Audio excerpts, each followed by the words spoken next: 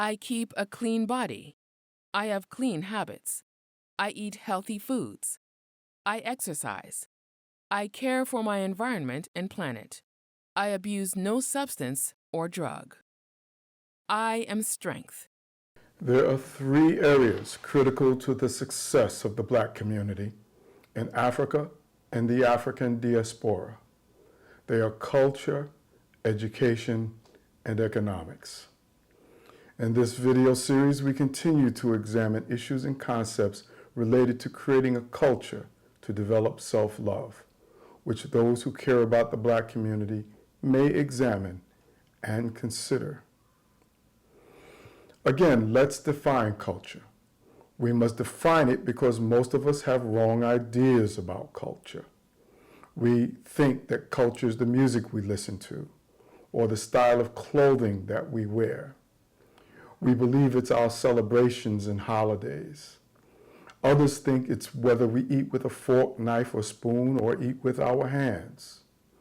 Those things and activities are not culture. Culture comes from the word cultivate, which is related to the domestication and growth of plants. Culture is like a gardener who cultivates a young plant by tying it to a stand for support, putting it in a certain location to get sun, and watering it daily. The gardener does that to foster the growth of the plant to become tall and strong, so it does not grow bent and crooked, so it does not become a weed. The gardener does this with labor, care, and study to ensure that her plants are the best. Culture is a way to cultivate and civilize people, though. This is done by tying people to universal laws and standards of behavior based upon a foundational premise of do good, do no harm. So people will become strong, not bent and crooked. The universal laws are the guiding principles of peace and unity. This is how your ancient ancestors built civilizations that lasted for thousands of years. With the guiding principles of peace and unity as a foundation, culture will, 1, prepare you for life, 2, foster your growth, and 3, improve you as a person and as a community. You can watch our previous videos to understand why we need culture and how it helps us create self-love and civilization. Today is our third discussion of the universal law called I am strength and its role in creating a culture of self-love. By thinking about this law, by trying to understand it, and most of all, living and creating a way of life based on it, and its premise, do good, do no harm, you will rediscover your true self and recover self-love. You can always download a copy of the Guiding Principles of Peace and Unity and their violations at thegppu.org. Now, your physical body and our earth are the most important material resources you have in life. What you put into your body and what you do with your body affects your thoughts, emotions, sensations, and they in turn affect your actions, which create the quality of your life and your future. This is what the universal law called I am strength is all about.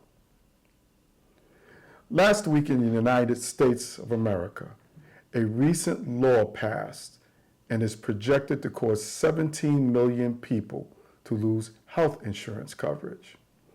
Poor health and sickness among 17 million people will have a devastating effect upon them and all of those around them, even those who continue to retain health insurance. Because disease and sickness do not confine themselves to one group of people or geographical location. So, we must all do everything possible to take care of and be responsible for our own health. We cannot be dependent on doctors to take care of us. We must also provide information and resources that will help others to strengthen their health. Please be aware that we are not doctors and not providing medical advice. We are educators. The information you see here is based upon research and is strictly educational. Do your own research and consult your own medical experts and physicians before implementing or using anything you see here. Watch the following video. It will show you how to create a culture of self-love based upon the universal principle called I am strength. Until we meet again, do good, do no harm. Why are foods no longer keeping your body healthy? Foods and nutrients are the foundation of your health pyramid and your health. For millions of years, foods and nutrients have allowed the human race to survive disease and grow stronger. So why are so many people getting sick? The first reason is the way foods are grown. In the past, healthy soil where food plants were grown was rich in minerals that plants needed to create vitamins and chemicals that animals and people need to stay healthy. People and animals would eat these healthy plants and get the vitamins, minerals, and chemicals created by plants from healthy soil. About 70 years ago, big farming companies stopped rotating plant crops to healthy soils. To grow more crops faster, these companies began using chemical fertilizers. Chemical fertilizers make plants grow big, look nice, and last longer, but do not provide the plant nutrients that are needed by the human body. In other words, you can eat chemically fertilized bananas, apples, carrots, lettuce, and kale, but not get all the nutrients needed for your brain, heart, lungs, immune system, and the rest of your body. Eating plates of food that do not have nutrients that your body needs is a form of low-level malnutrition, even if your stomach feels full. This low-level malnutrition prevents your body from fighting disease and illness. Next, we'll discuss the second reason your food is no longer healing your body and keeping you healthy.